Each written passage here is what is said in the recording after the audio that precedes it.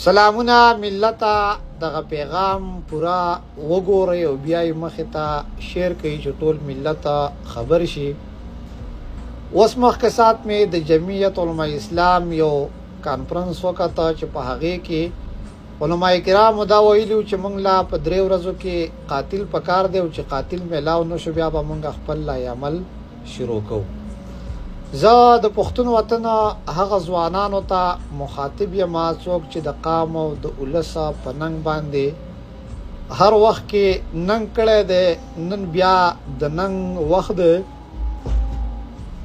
مولانا ادریس صاحب چې د نامعلومو وسلوالو د وجې شهید کړی شوی دی، دغه نامعلوم مونږ تاسو ټول پیژنو، خو څوک یې نامه په جار باندې نشي اخیستی. د دغه خلاف چې علماء کرام راوځي چې څومره ځوانان دي که دا د هر سیاسي ګوند سره تعلق ساتي، نو پکار دا چې په دې وخت کې راوځو او په دې وخت کې د دغه علماء کرامو سره سات ورکو، دغه سره ودرېږو چې مولانا شیخ ادریس صاحب زمونږه د پښتون وطن اخیرنی شهید شي. دلته بعضې خلک دا ټاپې هم لګوي چې د دې سیاسي اختلافاتو او دا د پی ټي ایم او د پی ټي آی د وجې د دغه لوی سانحې ښکار شو او ووجلی شو. خو دا اولنۍ مسله نه ده.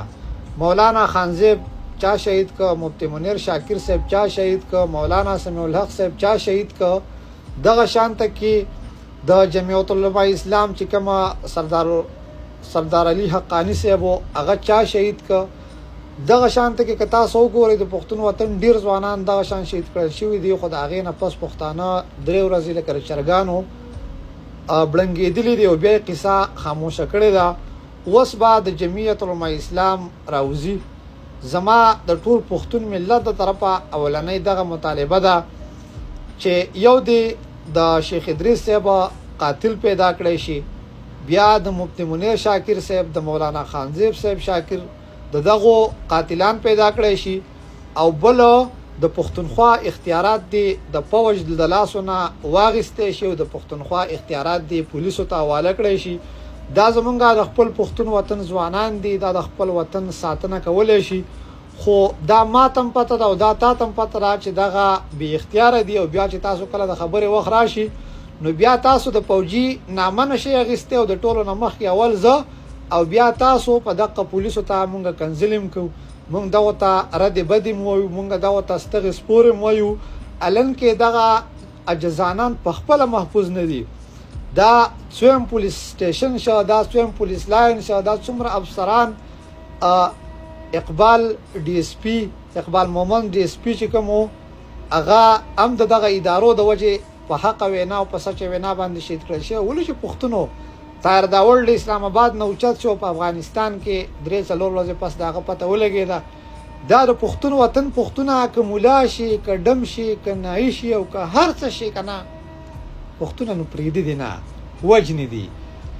که ته هر قسم کاروباري او هر قسمه په نیک او په لویه جامه کې خو پرېږدي دي نه. زمونږ دا مطالبه ده د خپلو علماء کرامو نه، تاسو زورور خلک یې، تاسو طاقتور خلک یې، تاسو سره دین او د اسلام جذبه ده، تاسو د علم نه خبر یې. الله تعالی په قرآن کې وایي چېرته چې ریاست بې اختیاره شي نو هلته به بیا د منبر نه د وطن د امن او د وطن د ازادۍ اعلانونه کېږي. نو انشاءالله موږ تاسو سره در سره یو. زه به حیثیت یو پښتون بچی په میډیا مې مخکې هم غږ پورته کړی دی، اوس هم غږ پورته کوم، خپل کوشش کوم. تاسو که راته په هر نظر باندې ګورئ هغه ستاسو خپل سوچ دی. خو لہذا اولنۍ مطالبه به دغه چې قاتل راکړه، او بیا به دویمه دا مطالبه چې دلته په پښتونخوا کې دی د فوج نه اختیارات واخیستی شي او دلته د پولیس اختیاراتو ته پښتون پولیس دی ته د اختیارات حواله شي. بیا چې دغه پښتون بچي ته دغه پولیسو ته اختیارات حواله شو، تاسو د پښتون وطن امن وګورئ. پښتون وطن به نن یوي او سبا به بلي.